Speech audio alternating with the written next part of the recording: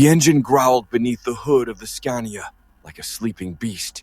Elias, or Eli as he preferred, felt the vibration of the wheel in his calloused hands. Each mile rolled beneath him like a silent testament to years on the road. Outside, the landscape blurred into a monotony of green and dry earth under a sky swollen with rain. He'd been driving for over 18 hours, and the exhaustion had begun to twist the shadows along the roadside. The headlights cut through the creeping darkness, revealing only more of the same trees, asphalt, and that familiar weight of solitude. He needed to stop. That's when he saw the sign nearly hidden beneath the dense foliage. Oasis, 2 km. Elias frowned. He'd never noticed that turn before, despite driving this route hundreds of times. A flicker of light in the distance shimmered like a beacon in a sea of black. Curiosity, or maybe desperation for strong coffee, made him ease off the gas. The Scania groaned as he turned right onto a gravel path that seemed to swallow the truck's lights. The town, if it could be called that, was a sparse cluster of old, crumbling buildings lit by gas lanterns swaying in a wind that didn't exist. There was a 2-story inn with blind windows and a bar, seemingly the only place with any life. Muffled music and laughter leaked from inside. Elias parked the truck, the engine dying in the heavy silence. The air smelled strange, a mix of damp earth, wood smoke, and something else. Sweet, almost metallic, unplaceable. When he entered the bar, the noise stopped. Every pair of eyes from old men hunched on wooden stools to a woman behind the counter turned to him. A chill crept up his spine. It wasn't hostility, but something else. Curiosity. Predatory. He cleared his throat. Evening. Coffee, please.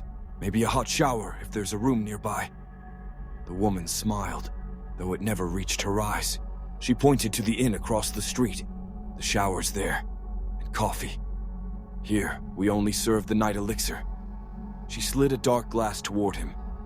The scent was pungent. Herbs, spices, something old. Hesitant, Elias lifted the glass.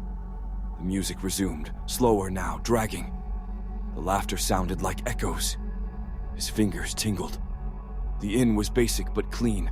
Iron bed, white linen sheets. The water was warm, though mold lingered in the corners. Elias collapsed onto the bed, the exhaustion outweighing the strangeness. The moment he closed his eyes, sleep hit deep and dreamless. He woke to blinding sunlight. But something was wrong. The air felt heavy, dense, silent. He sat up, his head throbbing. Outside the window, the truck was there but older. The paint was faded. A thin layer of dust coated everything. He was sure he had washed it just days ago. The hallway was dark, walls peeling, no one in sight. The bar was empty. The kettle sat cold on the stove. The night elixir still on the counter untouched. The same slow, dragging melody played. From nowhere, a chill clawed at his spine. He bolted for the exit.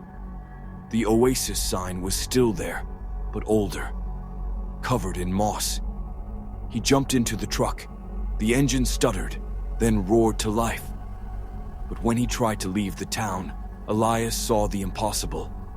The gravel road that brought him here was gone. In its place, a thick wall of fog swallowed the forest. Impenetrable, he turned in the opposite direction. The same fog dense as stone blocked the way. He was trapped. Paranoia bled in like cold water beneath a door. He returned to the bar. That strange, sweet metallic scent was stronger. He opened the back door and found a courtyard with rusting sheds. One stood ajar, inside dusty machines beneath old tarps. He pulled one off and found an old film projector. Still wired, still humming. He switched it on. The screen flickered to life, a dusty wall becoming a window. Grainy footage of a man in a lab surrounded by strange equipment. The man spoke. The voice was distorted. But Elias felt his stomach turn.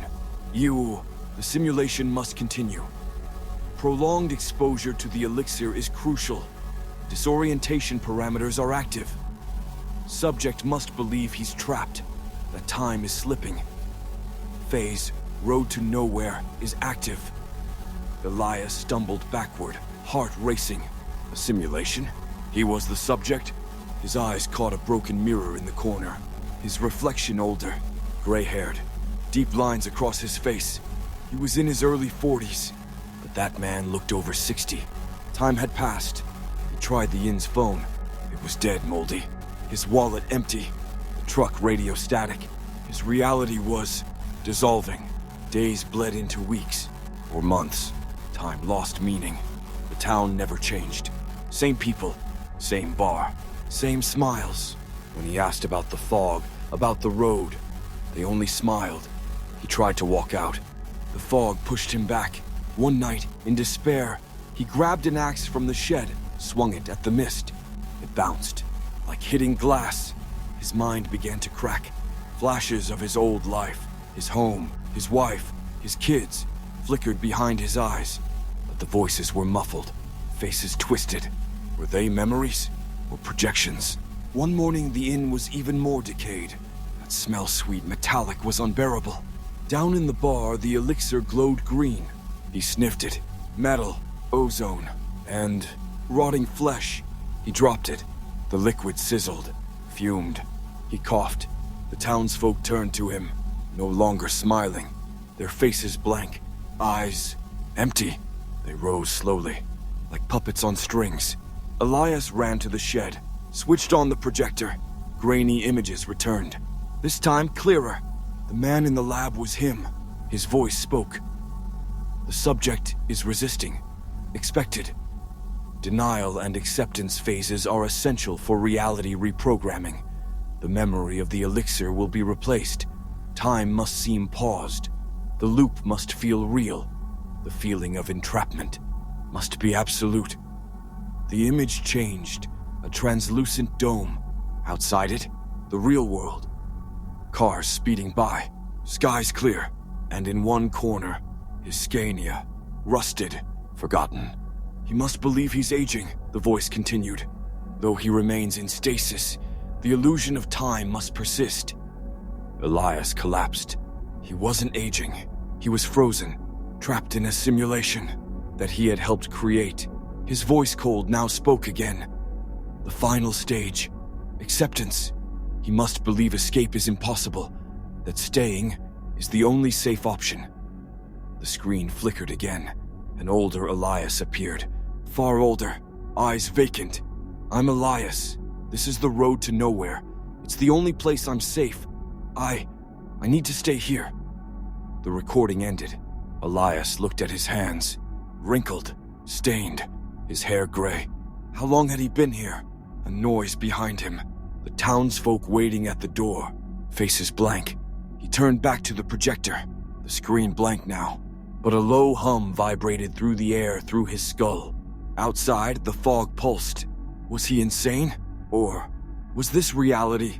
Had he really chosen this purgatory of gravel and mist? The thought was absurd. But that voice, his voice, a smile crept across his lips. Joyless, empty, just acceptance. The fog no longer looked threatening. It looked welcoming. Maybe, if he stayed a little longer, he'd understand. Or maybe, he'd stop trying to. The scent of the elixir no longer repulsed him. The slow, dragging melody from the bar made sense now. Hypnotic, comforting. Elias walked back toward the bar. One step at a time. The shadows danced around him.